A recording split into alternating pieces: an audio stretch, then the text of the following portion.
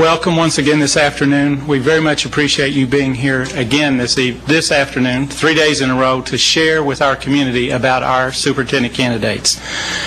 We need the input from our community, and you all are helping get out the message about what our candidates are about and the kinds of days they've had and the ideas that are important to them so that they can be shared with our community and they can share their input with us. Today is our final day with our final interviewee, and at this point in time I'd like to welcome back Elaine Farris. Has been in Fayette County before, but she's here today as a superintendent candidate, and welcome back, Elaine.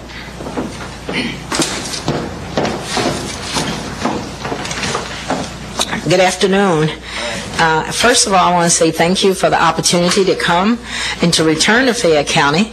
It has been a very good day so far. I have an opportunity to meet with several different stakeholders in the community, and it has been an awesome experience. So I'm excited about this opportunity as well as humbled, and I am so happy to be here and excited to continue the dialogue with this great community in this school district.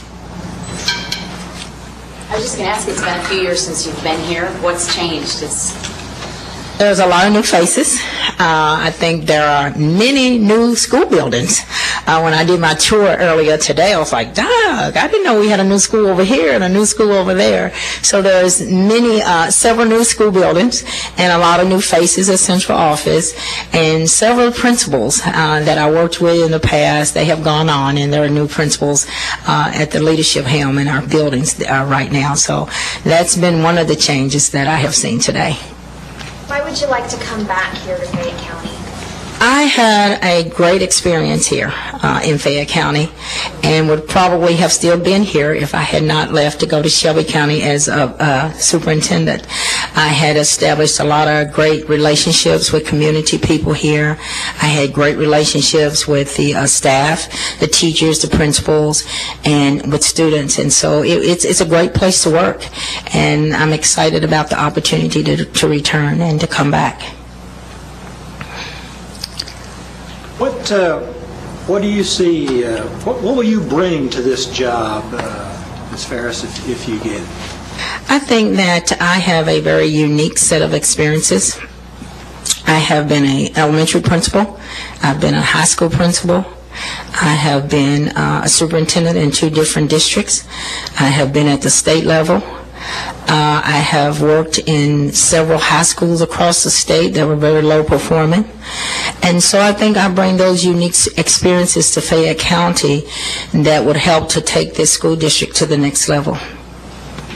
I think you told me the other day when we talked that you see yourself as working at the local level, though, and working as a local superintendent. Yes. That is where my passion is. I think that that gives me an opportunity to have more direct contact with principals and with students. I have a great passion for watching administrators grow as professionals. I had a great mentor as a principal, and I think that as a superintendent that it's important that we can give back to those administrators who may be, their career path may be to the superintendency. And one of the things that I say often with the 2 districts that I've been in is that it is my job that if I left this school district, that someone in this room would feel comfortable enough to apply to replace me. And I think that that is a role that the superintendent plays in developing those skills of those building leaders. So if you got this job, you would be working on building a body of people who can move up to these jobs. Absolutely. I think that it behooves us now in the arena that we work in, that one of the things that we have to do is we have to build local capacity. We have to build teacher leaders. We have to build building leaders. And the only way that we're going to get the job done that we need to do to impact teaching and learning for every student is going to be around building capacity. Talked about your experience at different levels. How has that prepared you for moving this district forward? When you think of all those different experiences you've had. I think that I have experienced many diverse cultures. All school districts are different. I think that I have had an opportunity to work with different staffs. With my position at the state level, I had an opportunity to look at, on the other side of the desk, how the State Department supports schools and school districts. So I think that has helped me to get a different perspective, a broader perspective of what it's going to take to move a district of this level, which has a great foundation, and I think they're ready to go to the next level. And I think bringing all those different experiences and that my knowledge set and my skill set, that would help us to impact what we want to go and what we want to do.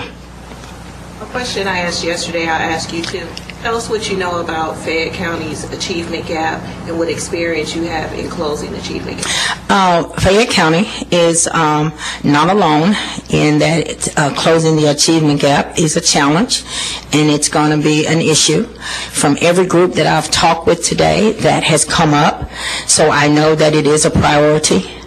And with that being said, I think that we have seen enough varied academic performances among schools to understand that we can close achievement gaps. We have schools right here in this community that has closed gaps. We know of schools across this state that has closed gaps. So we know that it can be done. The other thing that we have to understand as we're looking at this achievement gap is that poverty and race are not destiny, and we have to embrace the idea that we have a moral obligation to ensure that we're providing an equitable education for all of our students. Now, there's no silver bullet when we talk about closing the achievement gap. We're going to have some very intentional, and we're going to have some very focused strategies that we're going to use to eliminate, I like to say, rather than close the achievement gap. We have to talk about each and every student. We have to look at the needs of each and every student. We're going to have time that we can look at the progress of these particular students, and if they have not yet gotten there, then we have to talk about those interventions that we can put in place. And oftentimes we think those interventions may be personnel, it may be more money. Sometimes we just have to look at what we're doing, and if it's not working, then we need to stop doing it. We may look at direct instruction. We may look at structuring the day different for these particular kids that are not yet there.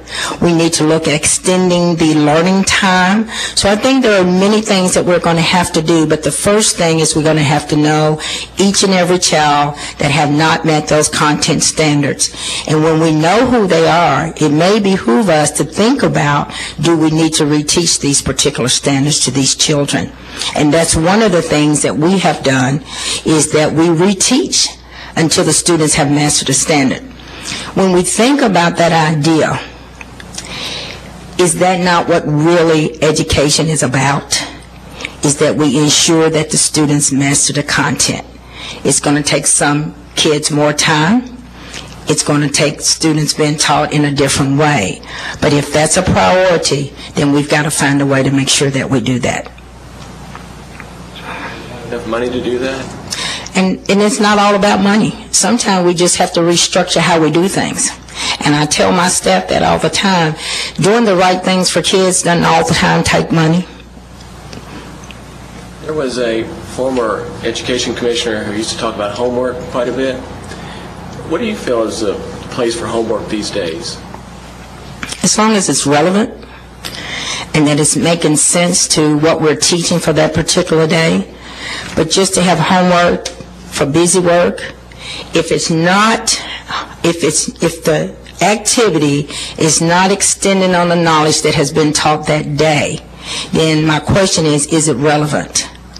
And so I think we have to look at why we're giving homework. Is it extending the learning that has happened in the classroom? And can our parents help our students with the homework? And we have to make sure it's just not busy work, and then when the work comes back, we got to make sure that the students know that we gave it to them, it was important, then we make sure that we give them feedback on it. We had talked to you the day that the 3 finalists were announced, and you had said that you thought that there should be high expectations for staff, faculty, staff, but also for the community. Can you kind of explain what you mean there? I think that anytime that you want an excellent school district, that you have to listen to what your community wants as well.